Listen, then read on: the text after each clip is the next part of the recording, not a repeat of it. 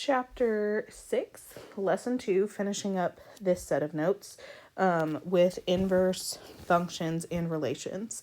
This is a type of question that you would see with inverse functions. It's specifically asking you to verify that they are inverses. Before we even get into the actual question,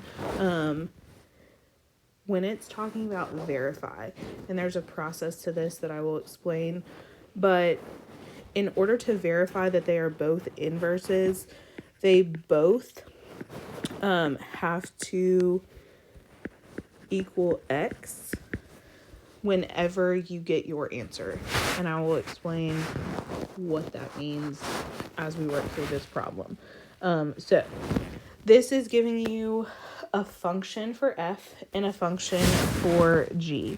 So in chapter 6, lesson 1, one of the things that we talked about was composition of functions. So where you were doing f of g and then g of f, and you were plugging in. So this first one would mean I'm taking my g function and plugging it into my f function. The second one meaning I'm taking my f function and plugging it into my g function. So when I say both have to equal x, that means whenever I plug in g into f, my end result should be x. If I'm now plugging in f into g, my end result should be x. So for these questions, to determine if they're inverses, because that's what it's asking, both answers should end in x. If they both end in x, they're inverses.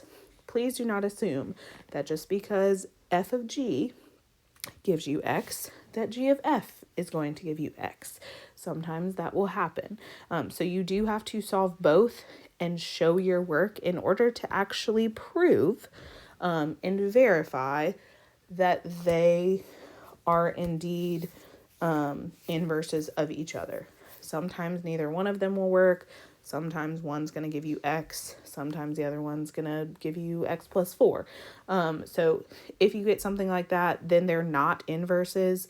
So your answer is showing your work to prove it. But once you actually get down to what you're left with, if they're both x and you're both left with x, that's when you know that they are actually inverses of each other. So looking at this first one, so doing f of g. So again, this means g is going into f. So what that looks like is my entire g value right here is replacing the x in my f value. So I would write that as 3/4. My x is now going to become 4/3 x plus 8. And then I have minus 6. So my x right here became my g value. So I'm now going to simplify that. So whenever I simplify that, the 3/4 on the outside, I'm going to distribute to the inside. So 3/4 times 4/3 would give me 12/12, which is just 1 or just x.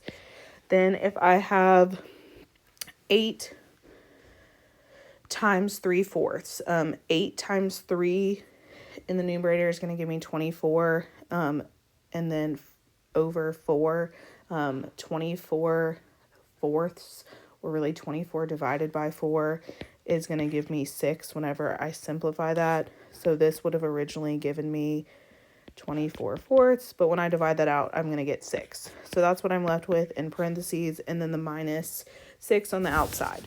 Then going through and combining like terms, you have a positive 6 and a minus 6. These would cancel, and I'm just left with x. So that's what I mean by this statement over here, that your answer should be equal to x. So that's what that looks like. So then for the other one, and yes, you have to do f of g and g of x to be able to prove that they are inverses. You can't just do one. You have to do both to actually show that when I do both of those compositions, they both work. So this is now meaning I'm taking f and plugging it into g. So opposite of that would be I'm now taking this entire equation and plugging it into the x in my g function. So I would have 4/3 times 3/4 x minus 6, and then plus 8, and then kind of same process, just simplifying. So 4/3 times 3/4 x again would give me 12/12, which is really just 1, so this is going to give me x. Then 4/3 times -6. When I originally multiply that out, I would get -24/3. So -6 times 4 in the numerator is going to give me -4, or -24, and then the 3 in the denominator is going to stay 3. -24 divided by 3 is going to simplify to give me -8, and then I have a plus 8 on the outside. So very similar setup to what we just did over here for f of g. Then combining like terms, I have a -8 plus an 8, which would cancel. Oops.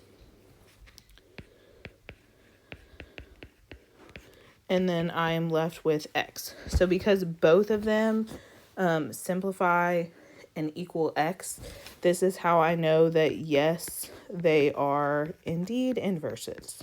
Okay. So you either need to also answer yes or no, because it's asking you to determine whether they're actually inverses or not, which would be a yes or a no statement. So work to prove it. They're both equal to x. Yes, they're inverses. Neither one of them equal x. No, they're not inverses. This one equals x. This one doesn't equal x.